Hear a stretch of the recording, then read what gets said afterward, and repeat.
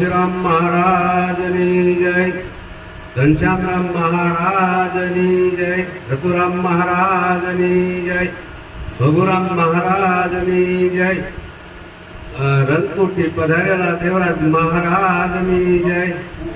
અને અહીં સર્વ સંતો ભક્તો બધા મહાપુરુષોની જય. આજે ગુરુ પૂર્ણિમા આખી જગતમાં ગુરુ પૂર્ણિમા. તો એવા કોઈ મહાપુરુષ એવું કંઈક જ્ઞાન ઉત્પન્ન થયું છે, બધે બાટ્યું હોય છે, ત્યારે આ ગુરુ પૂર્ણિમા એવું ઠેરાણું હોય છે કે અષાઢ સુદ અને પૂનમના જે ગુરુ પૂર્ણિમા માં વાહ જ્ઞાન થાય તો આપણે માં જ છે, બીજું કઈ છે નહીં. માં ગગન દીપક પ્રગટ્યો ન થયું 14 લોક પ્રકાશ, દાસ તુલસી સત કહે પદ પારખ્યું અવિનાશ. નામનો અંજવાળો સસરાસર શોભી રહ્યું, દાસ તુલસી સત કહે બેઠો આંખ ધન ખોયું. રહે નામ કે આશરણ અવર નહીં કોઈ આશ, દાસ તુલસી સત કહે પીયું છે પાશનો પાશ. જે આપણે ગોતી રહ્યા છીએ ને એ વસ્તુ આપણી પાસે છે. એટલે સંતો મહાપુરુષો વારંવાર પોકાર કરી કરીને કહેતા હોય છે કે સદગુરુનું કોઈ જ્ઞાની પુરુષોનું શરણ લેજો. પણ આપણને સમજાતું નથી અને આપણે ખોટી દોડમાં પડી ગયા છીએ. કોઈ સંત મળી જાય તો 100% સીધો માર્ગ મળી જાય. સીધો માર્ગ મળી જાય એટલે મનડાની દોડ મળી જાય. એમ કોઈ મહાપુરુષો સંતો છે કંઈક એવું કીધું છે પદની અંદર, કંઈક રાત દિવસ મહેનત કરી અને રચના કરી છે. એવી રચના બોલવી છે પણ આવડશે એટલા શબ્દ બોલી, કારણ કે મને ગાતા ન આવડે, કંઈ આવડતું નથી. પણ તોય તે ગુરુ મહારાજની આજ્ઞાનું પાલન થવું જોઈએ. આગળના યુગ તો એવા હતા, સંત વિરલા જાણતા, અલગ ધણીને આરાધતા ત્યારે ધણી મારવા આવતા. જે સંત મહાપુરુષે આવો શબ્દ મૂક્યો છે શાસ્ત્ર શહેરમાં, તો આનો અનુભવ જ્ઞાની પુરુષો કરી શકે છે. અને નથી ખબર ને તો અટવાય છે. આગળના નર નારી એવા હતા, એક આસને પોઢતા, કરમ ધર્મ દોનો નહોતા, આ નજરના ફળ લાગતા. કરમ ધર્મ દોનો નહોતા, નજરના ફળ લાગતા. એટલે ભાઈ આ વાતમાં કંઈક અટવાય એવું તો છે હો, આવ પાદરું નથી. પણ હા જ્ઞાની મહાપુરુષ પાસે આ રસ્તો કર્યો છે, આ જ્ઞાન ત્યાં પડ્યું છે. પણ જ્યાં સુધી આપણે ના જઈએ ત્યાં સુધી સમજાયું નથી. 5 વર્ષે પુત્ર જન્મતા, 25 પારણા બાંધતા, 100 વર્ષે સગપણ ખાતા ને 1000 પ્રણાવતા. આ શબ્દની કેવી જોંટ મારી છે કે જ્ઞાની પુરુષો આ શબ્દને કંઈક સમજી શકે ને કે સમજાય એવું નથી.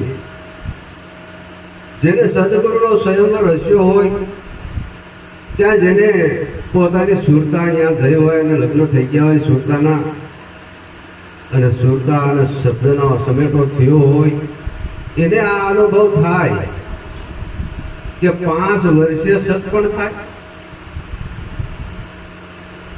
એટલે 100 વર્ષે સત્પણ થાય. 100 વર્ષે સત્પણ થતા દેશે જ ને. પણ હા સદગુરુના શરણે જાય ત્યાં 100 વર્ષે છે એનો અનુભવ થાય છે. અને 5 વર્ષે પુત્ર જન્મતા, પછી પારણા બાંધતા, આવું બધું કીધું છે પણ સમજવામાં આવતું નથી. આગળની ગાયો એવી હતી, હાથીને અનુમાન હતી. આગળની ગાયો એવી હતી, હાથીને અનુમાન હતી. અનાજના તેજી બી નહોતા, દૂધડા પીને જીવતા. હા મારું શી ખબર આગળ આવું હોય પણ આપણને કંઈ ખબર નથી. પણ અહીં સંત મહાપુરુષોએ શબ્દ મૂક્યા છે. એ શબ્દને શાસ્ત્રચારમાંથી લઈ અને આપણે વાંચવી છે, ઉગાડવી છે, એવું બધું થાય છે. પણ સદગુરુ મહારાજના દેશમાં જ્યાં હોય, સદગુરુ મહારાજે સ્વયંવર રચ્યો હોય, ત્યારે આ શબ્દનો આપણને અનુભવ થાય છે કે આગળનું જેટલું ગાયું ને એ બધું અનુમાન થતું, કોઈ નક્કી પાકા પાયે હતું નહીં. જો કે ખબર હોત તો ઠીક હતું, પણ ખબર હતી જ નહીં, પડે એવું નતું. પોતે નો જડે ને સંતો પોતે નો જડે, આ માલની વિના વસ્તુ નહીં જડે. ઓમકાર ફાકે સંતો નવ ખંડ હોવા, 10 ખંડે જડે. આપે ખોવાણો આપમાન બીજે કઈ જડે. હા, બીજે તો આપણે ઘણા ફાફા મેળા, પણ કઈ જડું તો નથી જ.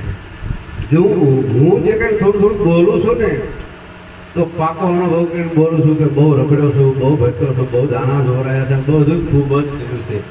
એટલે અમને કેમ થાય છે કે આ સદગુરુ મહારાજે જે સમજાવ્યું એ જ સાચું છે, બીજું તો ઠીક આમના ભૂસવણું છે.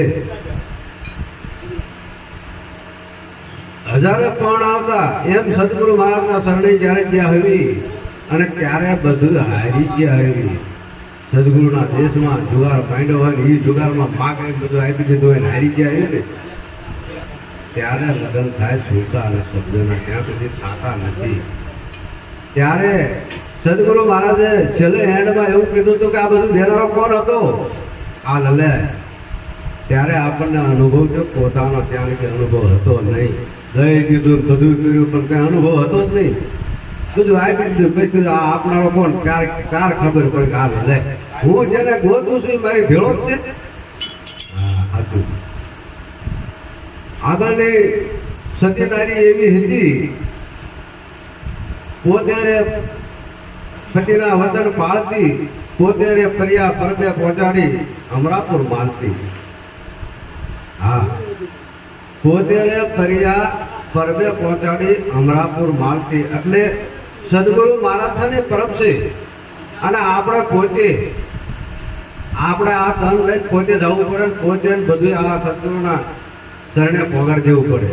અને પછી સુરતા રહે ને એ અમરાપુરમાં માલે, ત્યાં સુધી માલે નહીં. આગળના હિરલા એવા હતા, પથરા ને હનુમાન હતા.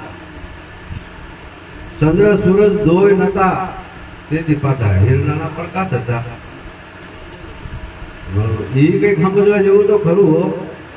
સંતો મહાપુરુષોએ કીધું, પણ આપણને સમજાયું નથી. આ સદગુરુના શરણે થયા હોય, એની યુક્તિમાં કંઈક જાણ્યું હોય તો ત્યાં એવું હતું, બધું આપી તો દીધું, તન મન ધન શેષ બધું આપી દીધું. એટલે આ મળો તોય છે, હિરલા તો હતા, તેનો પ્રકાશ તો તોય હતો જ. ત્યાં સુધી આપણને સમજાતું નતું, એટલે પથરાને અનુમાન બધું આવ્યું જતું.